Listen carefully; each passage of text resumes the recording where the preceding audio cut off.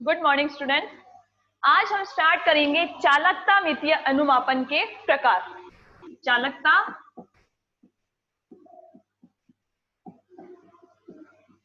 मितीय अनुमापन के प्रकार। दो प्रकार है इसके। एक तो है अम्ल क्षार अनुमापन, अम्ल क्षार अनुमापन। दूसरा है अवक्षेपण अनुमापन, प्रेसिपिटेशन टाइट्रेशन, अवक्षेपण अनुमापन। ठीक है, एसिड बेस टाइट्रेशन और प्रेसिपिटेशन टाइट्रेशन। ठीक है, तो चालकता मितीय अनुमापन या कंडक्टोमेट्रिक टाइट्रेशन जो है वो टू टाइप्स है इसके। एक तो है एसिड बेस टाइट्रेशन यानी कि अम्ल क्षार अनुमापन, और दूसरा है अवक्षेपण अनुमापन यानी कि प्रेसिपिटेशन टाइट्रेशन। ठीक है, अब हम इसमें पहली हेडिंग लगाते हैं अम्ल क्षार अनुमापन की। पहली हेडिंग लगाते हैं अम्ल क्षार अनुमापन। ये टोटली 4 प्रकार के होते हैं। अम्ल क्षार अनुमापन जो है वो कितने प्रकार के हैं? इसके 4 प्रकार हैं। 4 प्रकार है। जैसे पहला है प्रबल अम्ल तथा प्रबल क्षार। प्रबल अम्ल प्रबल क्षार अनुमापन। प्रबल अम्ल और प्रबल क्षार अनुमापन, strong acid and strong base titration. ठीक है, तो ये क्या होता है, हम पहला नंबर बाकी के 4 इसके बाद पढ़ेंगे। ठीक है, सारे पहले क्या होता है, पहला क्या है, प्रबल अम्ल और प्रबल क्षार अनुमापन है। दूसरा होता है प्रबल अम्ल और दुर्बल क्षार अनुमापन, फिर दुर्बल अम्ल और प्रबल क्षार अनुमापन, फिर लास्ट में दोनों ही दुर्बल अम्ल और दुर्बल क्षार अनुमापन। ठीक है, तो इसके कितने 4 प्रकार हैं। पहला प्रकार है प्रबल अम्ल और प्रबल क्षार अनुमापन से हम स्टार्ट करते हैं। देखो इसमें प्रबल अम्ल कौन सा लेते हैं अपन, HCl। ठीक है, और प्रबल क्षार कौन सा लेंगे, NaOH। ठीक है, तो HCl वर्सेस NaOH का टाइट्रेशन करेंगे हम। तो देखो इसमें क्या होता है,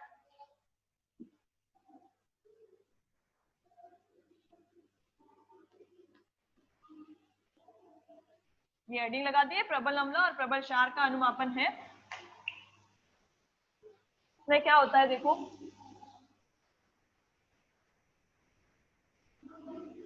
इसमें देखो बीकर जो होता है उसमें तो हम भरते हैं HCl का सॉल्यूशन। HCl का सॉल्यूशन किसका बनाते हैं, जल के अंदर HCl का सॉल्यूशन बनाते हैं।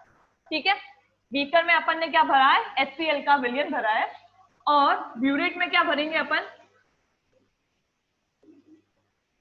ब्यूरेट में क्या भरेंगे अपन, NaOH भरेंगे, बेस भरेंगे, क्षार भरेंगे। ठीक है, अब देखो सबसे पहले क्या करते हैं, ये जो HCl का विलयन है इसमें हम क्या करेंगे, जो कंडक्टोमेट्रिक टाइट्रेशन एपरेटस का जो इलेक्ट्रोड होगा वो अपन इसके अंदर क्या कर देंगे, डिप कर देंगे। ठीक है, इसके अंदर डुबो देंगे कंडक्टोमेट्रिक टाइट्रेशन का। ठीक है, और जो चालकता आएगी वो उस उपकरण में अपन को क्या होगी, यहाँ पे जो उपकरण होगा कंडक्टर, ये तुम्हारे MSc में है, प्रैक्टिकल है, कंडक्टोमेट्रिक टाइट्रेशन का पूरा प्रैक्टिकल है। ठीक है, इसके अंदर अपन जैसे ही इलेक्ट्रोड को डिप करते हैं तो अपन को यहाँ पे चालकता शो होती है कि इस विलयन की चालकता इतनी है। ठीक है, वो शो होगी। अब देखो चालकता क्या है, देखो HCl विलयन है तो ये अपन को क्या देगा, H प्लस और Cl माइनस आयन देगा। ठीक है, कल हमने पढ़ा था कि जितना आयन का आकार छोटा होगा गतिशीलता क्या होगी, उसकी उतनी ही अधिक होगी। तो अब H प्लस आयन का आकार क्या है, छोटा है, तो उस वजह से इसकी गतिशीलता HCl विलयन की जो गतिशीलता अधिक होगी। ठीक है, H प्लस आयन का आकार कितना छोटा है तो इस वजह से इसकी गतिशीलता अधिक होगी। गतिशीलता अधिक होती है और ये किसके समानुपाती, कंडक्टेंस इसके समानुपाती होती है। कंडक्टेंस यानी कि चालकता जो है वो गतिशीलता के समानुपाती होती है। ठीक है, अब H प्लस आयन की वजह से गतिशीलता हाई है तो कंडक्टेंस भी क्या होगी, हाई होगी। ठीक है, तो शुरुआत में क्या होगा, H प्लस आयनों की वजह से इस विलयन की चालकता क्या होगी, हाई होगी। H प्लस आयनों की वजह से इस विलियन की HCl विलियन की चालकता क्या होगी, यहाँ पे हाई शो होगी, सबसे ज्यादा होगी। ठीक है, अब हम क्या कर रहे हैं, सबसे पहले इस पूरे HCl विलियन की अपन ने चालकता निकाल ली। ठीक है, वो क्या होगी, H प्लस आयनों की वजह से चालकता हाई होगी, क्योंकि H प्लस आयनों का आकार क्या होता है, छोटा होता है। छोटे आयन की वजह से की गतिशीलता ज्यादा होती है, और गतिशीलता कंडक्टेंस की क्या होती है, समानुपाती होती है। तो गतिशीलता ज्यादा है तो कंडक्टेंस भी ज्यादा होगी। ठीक है, अब हम क्या करेंगे, देखो ये क्या थी, पहली रिएक्शन थी। ठीक है, इसको पहली रिएक्शन लगा लेते हैं, HCl change into H plus plus Cl minus. ठीक है, अब हम क्या करेंगे, इस बीकर को इसके नीचे लेके आ गए। ठीक है, इसमें क्या भरा हुआ है, बेस भरा हुआ है, ये है ब्यूरेट है, ये क्या है, बीकर है। ठीक है, बीकर में भरा हुआ है HCl का विलियन और ब्यूरेट में भरा हुआ है NaOH। ठीक है, अब हम क्या करेंगे, ड्रॉप वाइज इसके अंदर क्या करेंगे, 2-2 ml क्या करेंगे, इसके अंदर ड्रॉप वाइज NaOH डालेंगे। ठीक है, अब जैसे ही इसके अंदर NaOH आया, ये क्या करेगा, इसके अंदर तो NaCl है, अब ये क्या करेगा, HCl जो है इसके अंदर NaOH इस HCl के साथ क्या करेगा, रिएक्शन करेगा। ठीक है, तो HCl प्लस NaOH क्या बनाएगा, NaCl और plus H2O, NaCl plus H2O बनाएगा। ठीक है, जैसे ही NaOH इस विलियन के अंदर आया तो वो HCl के साथ रिएक्ट करके क्या बनाएगा, NaCl और H2O बनाएगा। ठीक है, फिर कल मैंने एक और बात बोली थी कि जब छोटा आयन बड़े आयन से विस्थापित होता है या छोटा आयन बड़े आयन से रिप्लेस होता है तो कंडक्टेंस क्या होती है, डिक्रीज होती है। When smaller ion is replaced by bigger ion या larger ion, then conductance और molar conductance decrease। ठीक है, तो अब देखो H क्या है, छोटा आयन है, H क्या है, आकार में छोटा है, और Na क्या है, आकार में बड़ा है। ठीक है, तो अब Na ने क्या किया, इस बड़े आकार के Na ने क्या किया, इस छोटे आकार के H प्लस को हटा दिया और उसकी जगह ले ली इसने, है ना। तो क्या बनाया, NaCl बनाया। ठीक है, H को हटाकर इसने NaCl बना दिया। ठीक है, तो अब क्या हुआ, तो मैंने क्या बोला कि बड़ा आयन जब छोटे आयन को हटाता है तो कंडक्टेंस क्या होती है, डिक्रीज होती है, चालकता क्या होती है, डिक्रीज होती है। ठीक है, पहले क्या थी, सिर्फ HCl था तो उसकी वजह से चालकता, H प्लस आयनों की वजह से चालकता क्या थी, ज्यादा थी। अब जैसे ही उसके अंदर NaOH मिलाया तो बड़े आयन ने छोटे आयन को हटा दिया, तो अब कंडक्टेंस, चालकता क्या होगी, कम होगी। ठीक है, जैसे जैसे हम NaOH मिलाते जाएंगे चालकता कम होती जाएगी, वो Na जो है वो H को हटा के NaCl बना देगा और चालकता कम होती जाएगी। जितना जितना अपन NaOH मिलाएंगे चालकता कम होती जाएगी। ठीक है, अब देखो एक स्थिति ऐसी आएगी, जैसे हम NaOH मिलाते जा रहे हैं तो वो NaOH HCl से रिएक्ट करके क्या बना रहा है, NaCl बना रहा है। ठीक है, अब जैसे जैसे हम NaOH मिलाते जाएंगे तो एक स्थिति ऐसी आएगी जब सारा का सारा HCl जो है वो NaOH से रिएक्ट करके क्या बना देगा, NaCl बना देगा। इस विलियन में जितना भी HCl था वो सारा का सारा NaOH से क्रिया करके क्या बना देगा, NaCl बना देगा। ठीक है, अब यहाँ पे HCl बचा ही नहीं, वो सारा का सारा NaCl में बदल गया, है ना। सारा का सारा HCl जो है वो NaOH में बदल गया, अब यहाँ पे HCl कुछ बचा ही नहीं। तो अब इस स्थिति को क्या कहेंगे, न्यूट्रलाइजेशन, उदासीनीकरण कहेंगे। उस स्थिति को क्या कहेंगे, उदासीनीकरण कहेंगे, उदासीनीकरण या न्यूट्रलाइजेशन, कंप्लीट न्यूट्रलाइजेशन या पूर्ण उदासीनीकरण कहेंगे। सारा का सारा HCl जो है वो NaOH के अंदर कन्वर्ट हो गया। ठीक है, तो देखो मैंने क्या बोला, जैसे अपन NaOH मिलाते जा रहे हैं तो कंडक्टेंस क्या हो रही है, घटती जा रही है, और लास्ट में स्थिति क्या आई कि सारा का सारा HCl जो है वो NaCl में चेंज हो गया। तो अब कंडक्टेंस क्या होगी, बिल्कुल कम हो जाएगी, न्यूनतम हो जाएगी। ठीक है, पहले H प्लस आयन, HCl में H प्लस आयनों की वजह से कंडक्टेंस हाई थी, अब अपन ने इसके अंदर क्या मिलाया, NaOH मिलाया, तो NaOH की वजह से कंडक्टेंस धीरे धीरे कम होती जाएगी। ठीक है, तो HCl है वो NaCl में बदलता जाएगा जैसे जैसे अपन NaOH मिलाएंगे। ठीक है, फिर एक स्थिति ऐसी आएगी कि सारा का सारा HCl जो है वो NaCl में चेंज हो जाएगा, सारा का सारा HCl NaCl में चेंज हो जाएगा।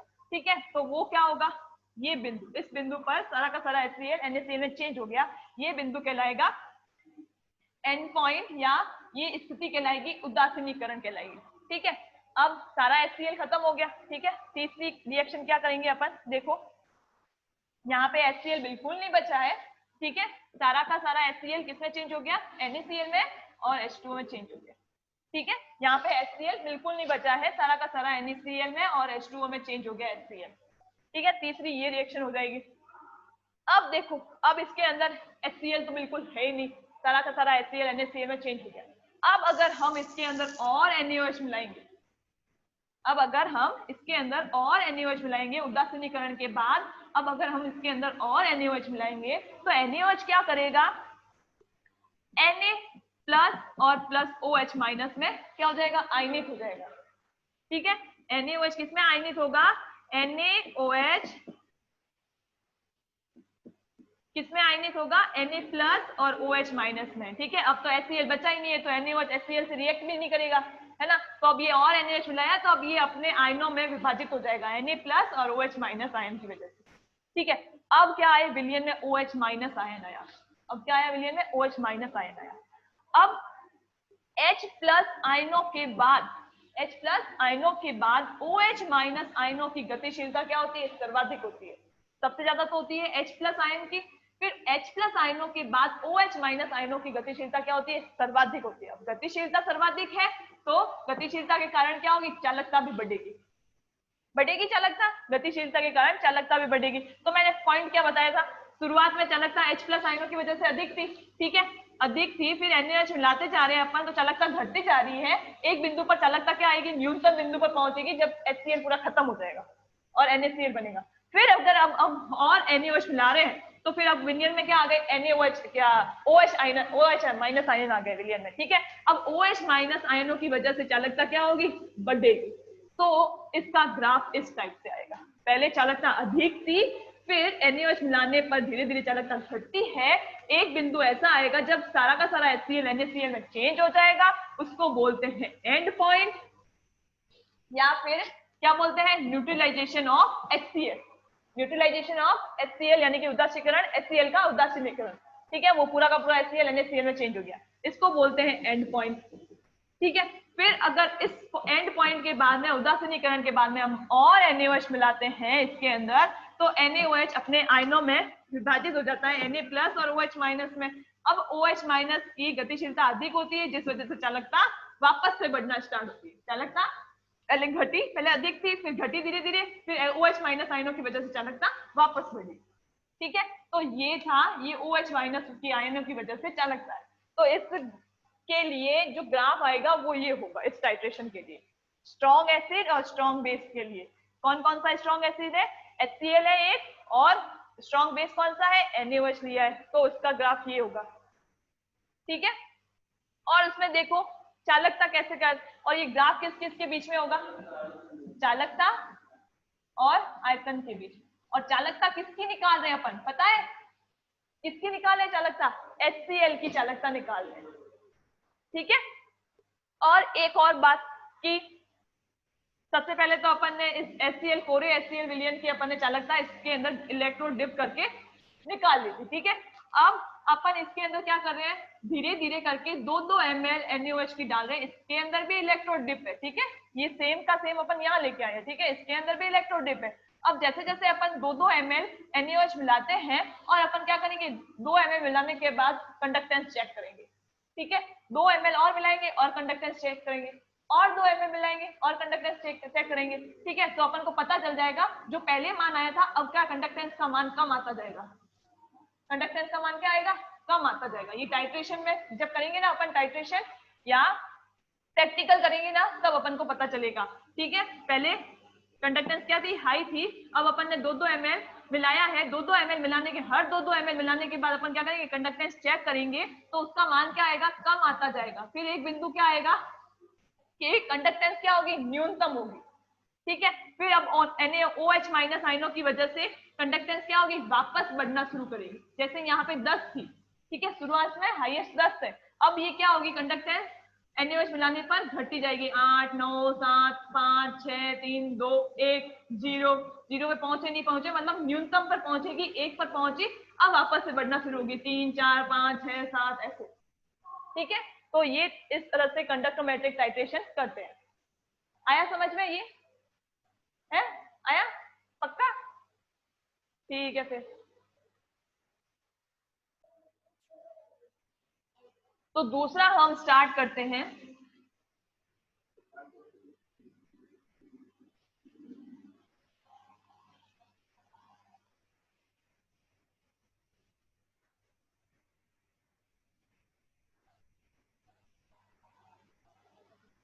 प्रबल अम्ल और दुर्बल क्षार।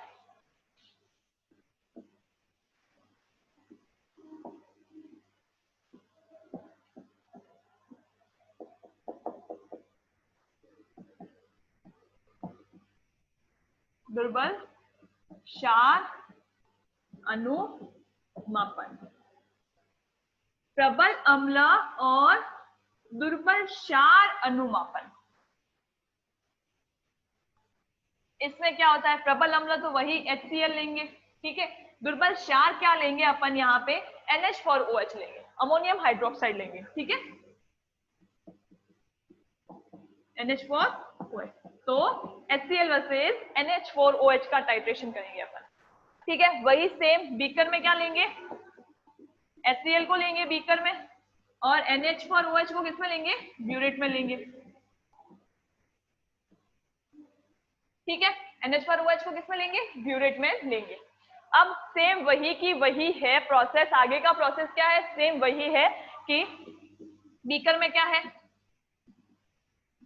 HCl है, तो HCl क्या देगा? H+ आयन देगा और H+ और Cl- आयन देगा, ठीक है। तो शुरुआत में H+ आयनों की वजह से क्या होगी? चालकता अधिक होगी, ठीक है। फिर अपन इसमें अंदर क्या करेंगे? इसकी चालकता माप लेंगे, इसके अंदर इलेक्ट्रोड डाल के इसकी चालकता माप लेंगे, ठीक है। जो क्या आएगी? हाईएस्ट आएगी, हाई आएगी। अब हम क्या करेंगे? इसके अंदर ब्यूरेट से क्या डालेंगे? NH4OH इसके अंदर डालना शुरू करेंगे, ठीक है।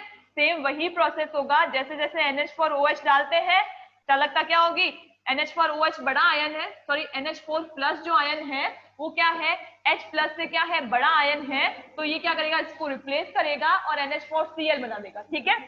तो HCl जब अपन ने इसके अंदर इस HCl के विलयन में NH4OH डाला तो HCl प्लस NH4, ये पहली रिएक्शन, ये दूसरी रिएक्शन, ठीक है। पहली रिएक्शन क्या है? HCl क्या देगा? H+ और Cl- आयन देगा। दूसरी रिएक्शन क्या है? HCl प्लस NH4OH क्या बनाएगा? NH4Cl और H2O। क्या बनाएगा? NH4Cl और H2O बनाएगा, ठीक है। अब क्या हुआ कि NH4 ने NH4 बड़ा आयन H+ आयन को क्या आएगा? हटाएगा, तो चालकता घटेगी, ठीक है। पहले चालकता क्या थी? ज्यादा थी H+ आयनों की वजह से, अब हम धीरे धीरे इसके अंदर NH4OH मिला रहे हैं तो चालकता घटेगी, ठीक है। फिर वापस से सेम के वो एक बिंदु ऐसा आएगा, एक स्थिति ऐसी आएगी जब सारा का सारा HCl किसमें चेंज हो जाएगा? NH4Cl में चेंज हो जाएगा, ठीक है। तो वो स्थिति क्या होगी? उदासीनीकरण की स्थिति होगी, ठीक है। अब उदासीनीकरण के बाद, उदासीनीकरण तो क्या होगा? सारा का सारा तीसरी रिएक्शन सेम वही कि सारा का सारा एक स्थिति ऐसी आएगी कि सारा का सारा HCl NH4Cl में चेंज हो गया और H2O बनाया, ठीक है। अब इसके बाद अब इसके अंदर कुछ भी HCl नहीं बचा है विलयन के अंदर, अब हम इसके अंदर और NH4OH मिलाते हैं, ठीक है। पर अब ये क्या है? NH4OH क्या है? दुर्बल आयन, दुर्बल अम्ल है या दुर्बल, सॉरी दुर्बल क्षार है। क्या है? NH4OH क्या है? दुर्बल क्षार है, ठीक है। दुर्बल विद्युत अपघट्य कह सकते हैं या दुर्बल क्षार कह सकते हैं, दुर्बल क्षार है ये।